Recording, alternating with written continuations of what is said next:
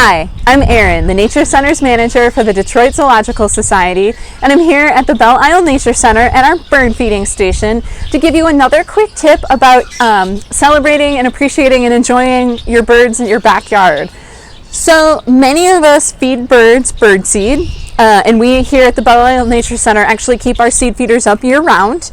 And so there's a couple of things that you can do to encourage more birds to your backyard and to keep them safer and healthier so that you're doing a great job of attracting them and not causing any harm. So the first is, just like humans have many food preferences, so do birds. And so a couple of things that you can do to encourage a greater diversity of backyard birds is put out different types of seed.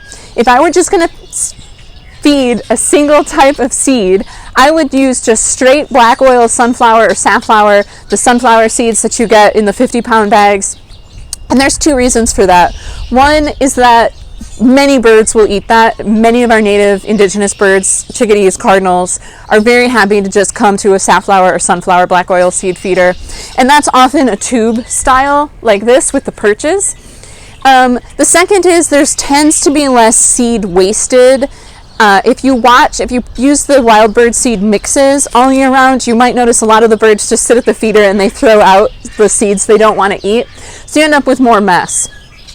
If you do want to feed the wild bird mix, which is what we do, that does tend to give you some diversity, partly because we do sprinkle a little bit on the ground. So here's a caveat to that. You don't want to put too much on the ground because you're going to attract other animals. So I live in downtown Royal Oak, and I know that we have rats in our neighborhood, and so I don't want to provide a feeding station for some of the other suburban and urban wildlife necessarily, because I don't want to upset my neighbors. So and there are also DNR rules now about not leaving piles of seed on the ground, because you don't want to create a concentrated feeding area for deer, because they are spreading a disease amongst themselves in Michigan called chronic wasting disease that is deadly to the deer, and it's also something we just want to contain. Okay, so different types of seed, different placements, different styles of feeders. So we also have these house style feeders, and I usually have platform style feeders up, but those are in the wash. And so something to do that's really important is keep your feeding stations clean. We take all of our feeders down on a cycle, and every couple of weeks all of them get washed with warm soapy water, and they get disinfected in a sanitizing wash, or you can soak them in a low bleach water concentration mixture. Simple green is fine, anything like that. And the reason for that is that just like humans in close proximity to one another can get sick from each other, birds do the same thing. And there are some really highly contagious bird diseases, including conjunctivitis, which we call pink eye in humans. It's fatal in some of our bird species because it actually prevents them, their eyes get so infected that they're not able to see, and so they get picked off by predators, or they can't find their own food source. So we want to stop the spread of that from concentrated feeding stations. And you might have noticed that birds are not especially neat and tidy eaters, and so it's just a good practice to get your feeders cleaned every couple of weeks, or when you start noticing that they're really dirty.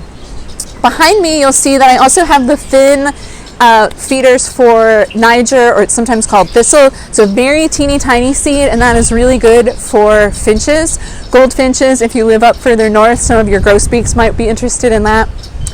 And then you'll notice that I have the suet feeder full of oranges this time of year, because I'm hoping that we get our orioles back any day now. And I also have a hummingbird feeder up, and we have water sources. So we've got lots of things for the birds. We try to keep our space clean, we try to rake up our seed hulls, and we really do get a great diversity of birds here, and we really enjoy it. So I hope you are able to take advantage of some of these tips and getting some of your feeders out and enjoy your birds. Thanks.